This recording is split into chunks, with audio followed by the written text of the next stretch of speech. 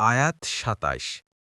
فقال الملأ الذين كفروا من قومه ما نراك إلا بشرا مثلنا وما نراك اتبعك إلا الذين هم أراذلنا بادي الرأي وما نرى لكم علينا من فضل بل نظنكم كاذبين। অতঃপর তার সম্প্রদায়ের নেতারা যারা কুফরি করেছিল তারা বলল, আমরা তো তোমাকে আমাদের মতো একজন মানুষ ছাড়া কিছু দেখছি না।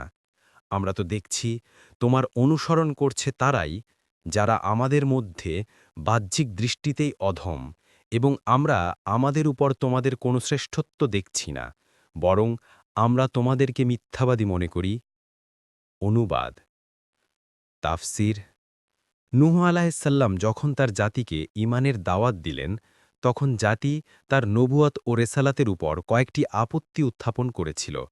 নূহ আলাইহিসসালাম আল্লাহর হুকুমে তাদের প্রতিটি উক্তির উপযুক্ত জবাব দান করেন।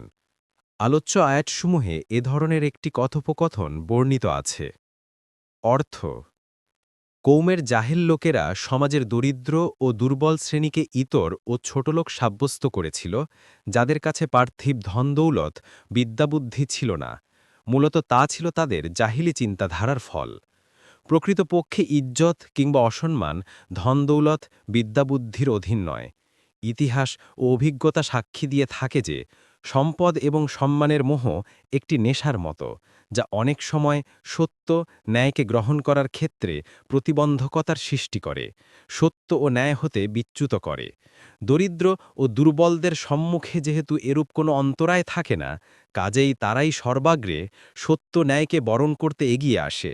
প্রাচীনকাল হতে যুগে যুগে দরিদ্র দুর্বললাই সমসাময়িক নবীগণের উপর সর্বপ্রথম ঈমান এনেছিল। অনুরূপভাবে রোম সম্রাট হিরাক্লিয়াস যখন ঈমানের আহ্বান সম্বলিত রাসূলে পাক সাল্লাল্লাহু আলাইহি ওয়াসাল্লামের পবিত্র চিঠি লাভ করল, তখন গুরুত্ব সহকারে নিজেই সেটার তদন্ত তাহাকিক করতে মনস্থ করে। কেননা সে তাওরাত ও ইঞ্জিল কিতাব পাঠ করে সত্য নবীগণের আলামত ও লক্ষণাদি সম্পর্কে পুঙ্খানুপুঙ্খরূপে পারদর্শী ছিল। কাজেই তৎকালে আরব দেশের যেসব ব্যবসায়ী সিরিয়ায় উপস্থিত ছিল, তাদের একত্রিত করে উক্ত আলামত ও লক্ষণাদি সম্পর্কে কয়েকটি প্রশ্ন করে।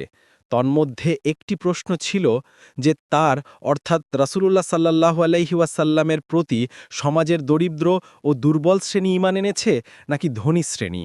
তারা উত্তরে বলেছিল বরং দরিদ্র ও দুর্বল শ্রেণী।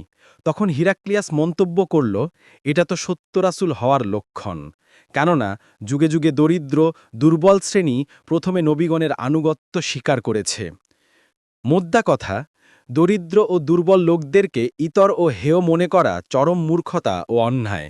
প্রকৃতপক্ষে ইতর ও ঘৃণিত তারাই যারা স্বসৃষ্টিকর্তা পালনকর্তা মালিককে চেনে না, তার নির্দেশ মেনে চলে না। সুফিয়ান সাউরি রাহিমাহুল্লাহকে জিজ্ঞাসা করা হয়েছিল যে ইতর ও হীনকে, তিনি উত্তর দিয়েছেন, যারা বাদশাহ ও রাজকর্মচারীদের খোসামত তোষামদে লিপ্ত হয় তারাই হীন ও ইতর। আল্লামা ইবনুল আরাবি রাহিমাহুল্লাহ বলেন, যারা দিন বিক্রি করে দুনিয়া হাসিল করে তারাই হীন। পুনরায় প্রশ্ন করা হয়েছিল সবচেয়ে হীনকে, তিনি জবাব দিয়েছেন, যে ব্যক্তি অন্যের পার্থিব স্বার্থসিদ্ধির জন্য নিজের দিন ও ঈমানকে বরবাদ করে। ইমাম মালেক রাহিমাহুল্লাহ বলেন, যে ব্যক্তি সাহাবায়ে কেরাম রাদিয়াল্লাহু আনহুমের নিন্দা সমালোচনা করে সেই হীন ও অর্বাচীন। কারণ সাহাবায়ে কেরামই সমগ্র উম্মতের সর্বাপেক্ষা হিত সাধনকারী।